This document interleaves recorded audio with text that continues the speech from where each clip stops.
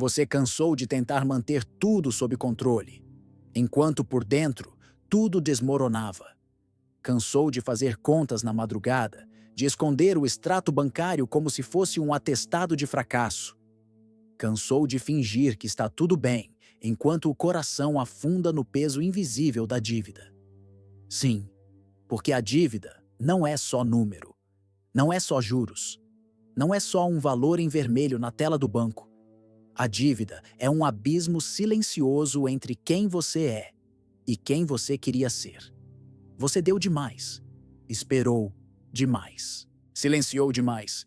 Agora, carrega nos ombros uma vergonha que não se vê, uma culpa que não se diz em voz alta, e talvez ninguém saiba, talvez ninguém veja. Mas aqui, a gente vê, a gente sente.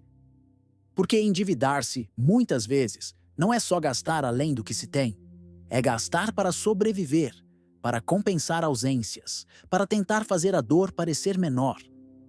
É tentar provar para si mesmo que ainda há controle, mesmo quando tudo parece fora dele.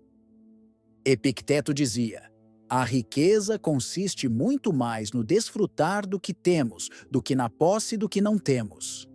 Mas como encontrar paz quando você sente que perdeu tudo? Como desfrutar quando a cobrança emocional vale mais do que a cobrança financeira? A verdade é que a dívida, quando se torna crônica, começa a moldar a forma como você se enxerga. Não é mais só uma conta. Vira um rótulo, um estado de espírito, uma identidade. E é aqui que o estoicismo entra. Não como uma teoria fria, mas como um abrigo quente em meio ao vendaval. Você não precisa de promessas, nem de frases prontas. Você precisa respirar, reencontrar chão. Porque estar endividado, sim, dói. Mas estar refém da culpa é o que paralisa. Este vídeo é um espaço para isso. Para você que se sente emocionalmente soterrado por boletos, cobranças e medos, e que mesmo assim ainda quer recomeçar com lucidez. Aqui não vamos falar de finanças. Vamos falar de você, da sua mente, do seu coração, da sua frequência vibracional que se perdeu, mas pode ser reencontrada. O estoicismo não vai quitar suas dívidas, mas pode aliviar o peso, pode te devolver o eixo, pode te lembrar do que ainda está sob seu controle, sua respiração, sua presença, sua escolha de não se afundar em desespero. Esta introdução não é um diagnóstico, é um convite, um respiro, um sussurro de volta para si mesmo. Você não está falido, você está sobrecarregado. E existe diferença, existe caminho, e tudo começa, de dentro para fora. Há dívidas que começam antes mesmo do primeiro cartão de crédito, antes do primeiro empréstimo, da primeira conta vencida. Há dívidas que nascem de silêncios antigos, de padrões familiares que você absorveu sem perceber. Talvez você tenha crescido ouvindo que dinheiro é escasso, que quem tem muito é corrupto, que pedir ajuda é fraqueza, que sucesso exige sacrifício sem descanso. E aí, quando a vida apertou, você gastou mais do que podia, tentando ser suficiente, tentando compensar, tentando sobreviver. Você não se endividou porque quis fracassar. Você se endividou porque muitas vezes acreditou que precisava provar algo, para alguém, para si mesmo. E agora carrega não só os números, mas uma culpa silenciosa, quase invisível, que te faz sentir menor, menos digno, menos capaz, como se tivesse falhado com sua própria história. Mas o estoicismo não julga, ele ilumina. Ele mostra que a culpa é um apego ao passado, é um modo de castigar-se por escolhas que já passaram. E tudo o que paralisa precisa ser olhado com lucidez. Epicteto diria que o passado está fora do nosso poder e, por isso, não merece o nosso governo. Você não precisa continuar carregando esse fardo emocional como se fosse parte de quem você é. A dívida pode ser real, mas a culpa é opcional. Você pode honrar sua história sem se envergonhar dela. Pode reconhecer os erros, sem se reduzir a eles. A herança emocional não precisa ser um destino. pode ser um ponto de virada, uma tomada de consciência, um chamado ao despertar. Porque a verdadeira quitação começa quando você para de se culpar e começa a se observar com verdade, com respeito, com coragem. Quando você se vê preso em dívidas, não é só o bolso que sangra, é a mente, é o campo vibracional que começa a ruir, silenciosamente, todos os dias. Você acorda com o coração acelerado, dorme com os pensamentos em espiral.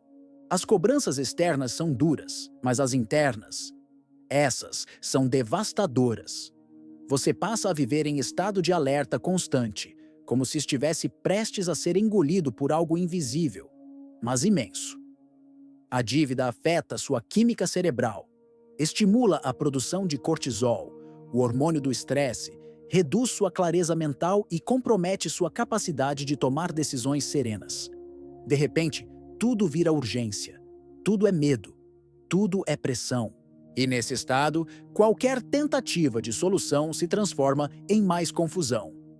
Você começa a buscar saídas rápidas, não soluções reais. Começa a reagir, não a responder. E o problema se alimenta disso. Epicteto dizia que não é o que acontece conosco que nos abala, mas a forma como interpretamos o que acontece. E se você está vibrando medo, culpa e desespero, sua mente não consegue mais distinguir o que é fato do que é fantasia. Um boleto vira uma sentença, um atraso vira uma catástrofe, um olhar alheio vira um julgamento. Tudo se torna pessoal, tudo se torna pesado. Porque o colapso vibracional já começou por dentro. É por isso que, antes de reorganizar suas finanças, você precisa reorganizar sua frequência. Precisa respirar mais devagar, pensar com mais calma, escolher com mais consciência. Porque quando a mente colapsa, até a saída parece impossível. Mas quando a mente se alinha, até o caos parece administrável. E essa reconexão começa com presença, com silêncio, com a decisão de não se abandonar, mesmo enquanto tudo parece estar desabando. Chega um momento em que você não diz mais "estou endividado". Você começa a dizer "sou endividado". E essa pequena troca de palavras revela um grande perigo. Quando a dívida deixa de ser uma circunstância e passa a ser uma identidade, um estado fixo, um espelho sujo que distorce quem você realmente é. Você começa a se olhar com desdém, a falar consigo mesmo com amargura. Começa a evitar encontros, a recusar convites, a se afastar, não só das pessoas, mas de si. Porque acredita, ainda que inconscientemente, que não é mais digno de estar presente. A vergonha te silencia. E a identidade de fracassado financeiro começa a tomar espaço dentro da sua alma. Mas o estoicismo te convida a enxergar além dessa ilusão. Porque a sua essência não é uma planilha. Sua dignidade não é um saldo bancário. Sua história não se resume à fase difícil que está vivendo agora. Sêneca dizia: nenhum vento é favorável para quem não sabe a que porto se dirige. E se você continua se definindo pela dívida, está ancorando seu barco num porto de escassez e dor. A dívida é um episódio, não um título vitalício. É uma travessia, não um veredito. E quanto mais você se identifica com ela, mais dificulta sua própria cura. Você começa a agir como quem não merece ser livre, como quem nasceu para dever.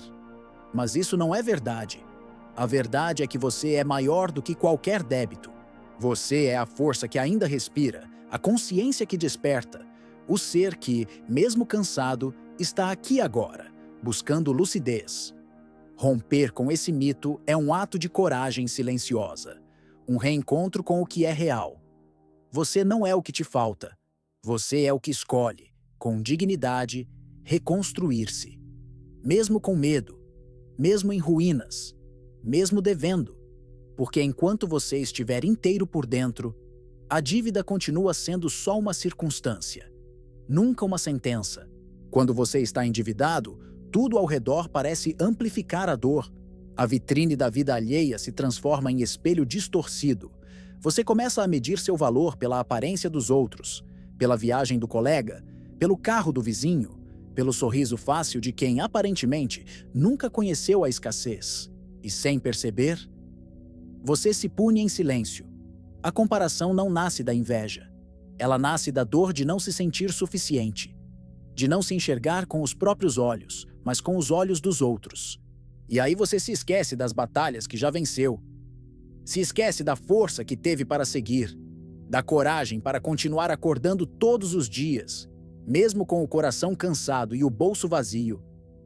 O estoicismo nos lembra que só existe uma comparação que importa, aquela entre quem você foi ontem e quem você está se tornando hoje.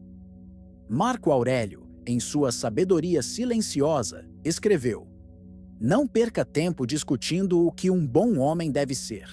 Seja um. E ser um bom homem, uma boa mulher, um ser humano em reconstrução, não tem nada a ver com o que você possui. Tem a ver com o que você sustenta internamente. Verdade, presença, responsabilidade. Quando você se compara, enfraquece sua energia vital. Perde o foco, desvia do que é seu, porque a trajetória do outro nunca será a sua. E o que você precisa agora? Não é de mais cobrança, é de mais compaixão, não é de mais julgamento, é de mais silêncio interior. Só assim você consegue voltar para si. Só assim você para de se medir pelo que falta e começa a se honrar pelo que permanece, pela lucidez que ainda pulsa, pela coragem de continuar, mesmo sem aplausos. A comparação é uma punição que você não precisa mais aceitar. Você não está atrás, você está dentro. E é de dentro que tudo começa a mudar. Há um instante, quase invisível, entre o pensamento e a reação. Um espaço sagrado onde mora a liberdade. Mas quando você está endividado, esse espaço parece desaparecer. Tudo vira urgência. O telefone toca e o corpo trava. Uma notificação no celular e o peito aperta. Você passa a viver em modo de sobrevivência, com os ombros tensos, o estômago fechado, a respiração curta. Como se cada segundo carregasse uma ameaça. E é justamente aí que mora o princípio da reconstrução. Na respiração que ainda acontece. Mesmo no caos, mesmo no colapso, mesmo quando tudo parece estar escapando das mãos. Parar por alguns segundos, inspirar profundamente, segurar o ar, soltar devagar. E então, em silêncio, perguntar: o que ainda está sob meu poder agora? Essa pergunta é uma âncora. Ela te reconecta, te devolve ao corpo. Porque enquanto você está respirando, você ainda pode escolher, pode desacelerar, pode conter a onda antes que ela te leve. Epicteto nos ensinava que não são os eventos que nos ferem, mas nossas reações a eles. A respiração é o primeiro passo para que essa reação deixe de ser impulsiva e se torne consciente. É fácil esquecer disso quando se está pressionado, quando as dívidas crescem e a esperança mingua. Mas exatamente por isso, a prática precisa ser interna, discreta, silenciosa. Você não precisa de grandes movimentos agora. Precisa de presença, de pausas, de microdecisões que te devolvem o eixo. Porque uma mente em pânico não resolve, mas uma mente que respira encontra direção. E talvez, nesse exato momento, tudo o que você precise não seja um plano mirabolante, mas um suspiro mais profundo, um olhar mais calmo, um reencontro com a sua própria força, que nunca se foi. Só estava soterrada pela tempestade. E agora, começa a emergir de novo. Uma respiração de cada vez. Poucas dores são tão silenciosas quanto a de dever. E sentir que não pode contar isso a ninguém. Porque a dívida, no imaginário coletivo, ainda carrega um peso moral. Como se quem está devendo fosse desorganizado, fraco, irresponsável. E assim, por medo do julgamento, você se recolhe. Evita conversas, oculta sua realidade, cria versões de si que não existem e vai se afastando dos outros, de si, da possibilidade de ser acolhido. Mas o isolamento não protege, ele enfraquece. A vergonha te convence de que ninguém entenderia, que se soubessem, te olhariam diferente, que você precisa manter a aparência, mesmo que por dentro tudo esteja desmoronando. E esse esforço para parecer bem, quando não se está, adoece. Gera um cansaço que não passa com descanso, uma dor que não encontra nome, um vazio que cresce, porque a sua verdade está trancada dentro de um cárcere invisível. O estoicismo não prega a exposição pública da dor, mas sim a honestidade interior. Ser honesto consigo mesmo já é um começo de libertação. Sêneca dizia que aquele que teme o olhar dos outros ainda não é livre. A liberdade verdadeira nasce quando você entende que a sua dignidade não está nas aparências, mas na capacidade de se manter íntegro, mesmo em meio às falhas, mesmo em queda. A vergonha é um cárcere construído com ideias alheias. E toda vez que você escolhe o silêncio por medo, você reforça as grades. Mas toda vez que você se acolhe, sem se julgar, sem se esconder de si, você começa a destravar a porta. Aos poucos, em silêncio, com coragem. Porque ninguém cresce fingindo que está tudo bem. Cresce quem, mesmo em pedaços, escolhe olhar para si com verdade. E nesse olhar, começa o começo, a cura, a reconstrução, a retomada de uma força que não depende de aplausos, mas de autenticidade, de ser inteiro, mesmo quando a conta está vazia, mesmo quando o mundo não vê, porque você vê, e isso já é libertador. Quando o desespero se acumula, o pensamento mágico começa a ganhar espaço. Você começa a esperar por algo que te salve. Um dinheiro inesperado, um prêmio, um milagre. Algo que resolva tudo de uma vez. Sem dor, sem esforço, sem processo. E sem perceber, você adia o movimento real. Porque fica esperando por algo que talvez nunca venha. E enquanto espera, a vida escorre. Essa esperança cega não é fé, é fuga. É medo disfarçado de otimismo. É um cansaço tão profundo que prefere idealizar uma saída ao invés de construir uma. E isso te mantém parado, sonhando alto, mas agindo pouco, imaginando alívios, mas alimentando o mesmo padrão vibracional que te levou à dívida. Marco Aurélio dizia: o impedimento à ação avança a ação. O que está no caminho torna-se o caminho. Ou seja, a dor não é o que te bloqueia, é o que te revela. O estoicismo não acredita em salvadores externos. Ele te ensina a ser presença dentro da tempestade, a construir com o que tem, não com o que idealiza, a aceitar a realidade como ponto de partida, não como sentença.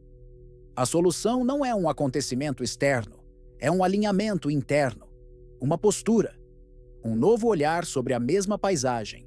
Quando você para de esperar algo mágico, começa a fazer algo verdadeiro. Quando solta a fantasia de um amanhã perfeito, começa a agir com mais inteireza no hoje imperfeito. E aí, algo muda. Porque o que transforma sua realidade não é o acaso, é a constância. É a coragem de enfrentar, não de fugir. É a escolha silenciosa de levantar um tijolo por dia, mesmo que ninguém veja, mesmo que demore, mesmo que doa. E nesse processo, você se fortalece, porque descobre que o que parecia salvação era distração, e o que parecia pouco era exatamente o que você precisava para começar. Há dores que ninguém vê, mas que o consumo tenta anestesiar. Você compra não porque precisa, compra porque quer sentir algo. Um alívio, um instante de euforia, uma trégua para a exaustão emocional. A cada clique, a cada novo pacote que chega, há uma tentativa inconsciente de preencher o vazio, de provar que ainda há controle, que ainda há escolha, que ainda há poder. Mas o efeito é breve. A dopamina sobe. E depois, cai. E o que sobra é mais dívida, mais culpa, mais descontrole e menos autoestima. O consumo compulsivo não é sobre o objeto comprado, é sobre o estado interno de quem compra, sobre a tentativa de evitar o silêncio que dói, a sensação de estar sozinho, de estar por um fio. E isso não te torna fraco, te torna humano. O estoicismo olha para esse impulso com lucidez. Epicteto dizia que quem é livre é senhor de si. E ser senhor de si é reconhecer quando o desejo não é legítimo, é fuga. Quando o impulso não é escolha, é vício. Quando a compra não é necessidade, é anestesia. E essa consciência não vem com repressão, mas com presença.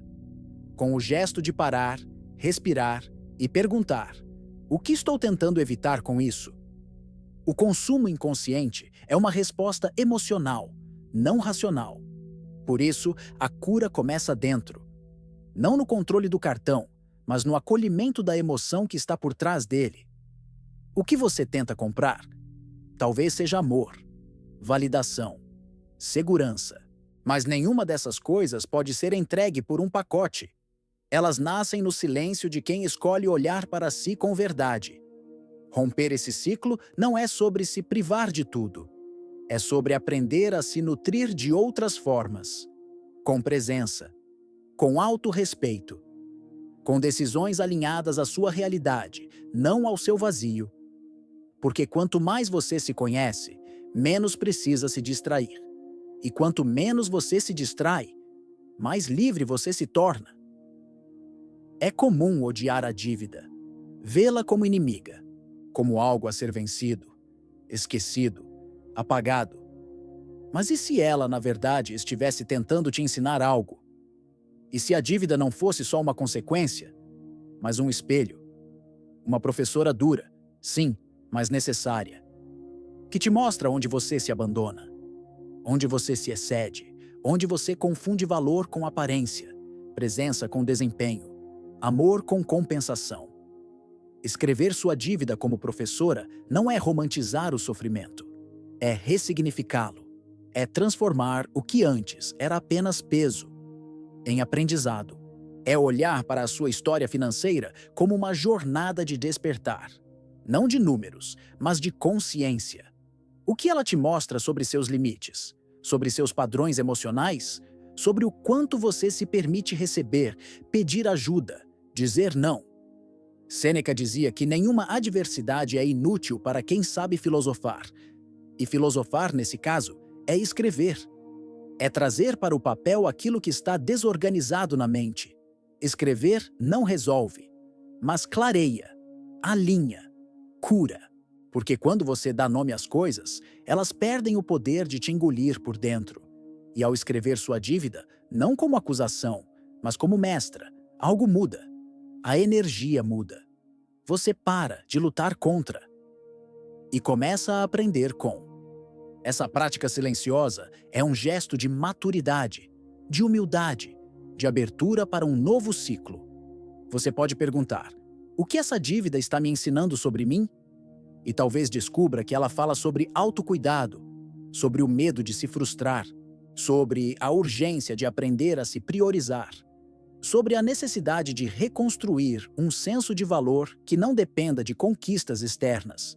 Porque, no fim, a dívida pode até ser quitada com dinheiro, mas é transformada, de verdade, quando você entende o que ela veio revelar, quando você para de fugir dela e começa a escutá-la, a respeitá-la e, finalmente, a deixá-la ir, com gratidão, com leveza, com verdade.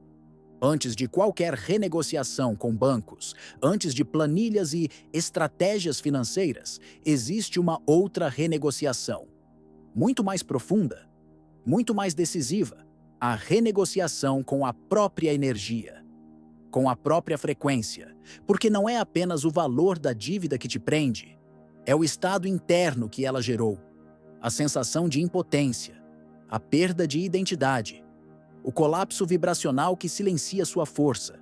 Você pode quitar todas as parcelas e ainda continuar preso. Preso ao medo, à vergonha, ao sentimento de incapacidade. É por isso que a reestruturação precisa começar dentro, com a retomada do senso de merecimento, com a reconexão com a responsabilidade não como fardo, mas como ferramenta de liberdade, com o cultivo silencioso de uma nova presença, mais estável, mais sóbria, mais inteira. Marco Aurélio dizia que a alma se torna colorida pela cor de seus pensamentos. E pensamentos vibram, moldam, determinam o que você atrai, o que você permite, o que você sustenta. A dívida que você vê do lado de fora é reflexo de uma série de desconexões internas que agora pedem cura. Não rápida, não fácil, mas real, consistente, profunda. A reestruturação vibracional é o processo de voltar a sentir que você merece paz, que você merece estabilidade, que você pode lidar com as consequências sem se perder nelas. É o processo de reconstruir sua identidade não como vítima, mas como presença, como alguém que caiu, mas escolheu levantar com mais consciência, com mais sobriedade, com mais honra. Não é sobre se tornar imune à dor. É sobre aprender a não reagir como antes, a não repetir o mesmo padrão, a não buscar soluções no impulso, a não se tratar como alguém quebrado. Você não sumiu. Você voltou mais inteiro, mais silencioso, mais verdadeiro. E esse novo estado, essa nova frequência, é o que começa, pouco a pouco, a transformar tudo. Mesmo que o mundo ainda não perceba, mesmo que a conta ainda esteja no vermelho, porque por dentro, você já começou a se reconstruir. Marco Aurélio escreveu: se está ao seu alcance, por que você se queixa? Se não está, por que você se queixa? Essa frase, tão simples, carrega o coração de toda a filosofia estoica. E o centro deste vídeo, porque por mais dolorosa que seja a dívida, mais paralisante ainda é a sensação de que você está emocionalmente algemado a ela. E esse tipo de prisão, ninguém vê. Mas você sente, no corpo, na alma, nos silêncios que guarda até de si. Mas, e se essa prisão não for invencível? E se, antes mesmo da dívida ser quitada, você puder começar a se libertar? Não da realidade concreta, mas da identificação com ela, do apego ao sofrimento, da narrativa de fracasso que você talvez esteja repetindo em silêncio todos os dias. A resposta estoica não é frieza, é clareza. É a lucidez que se mantém mesmo em meio à tempestade. É a escolha de não reagir como antes, de não se abandonar de novo, de não se tratar como alguém inferior só porque está vivendo um momento difícil. Porque estar em dívida é uma situação, estar em paz é um estado.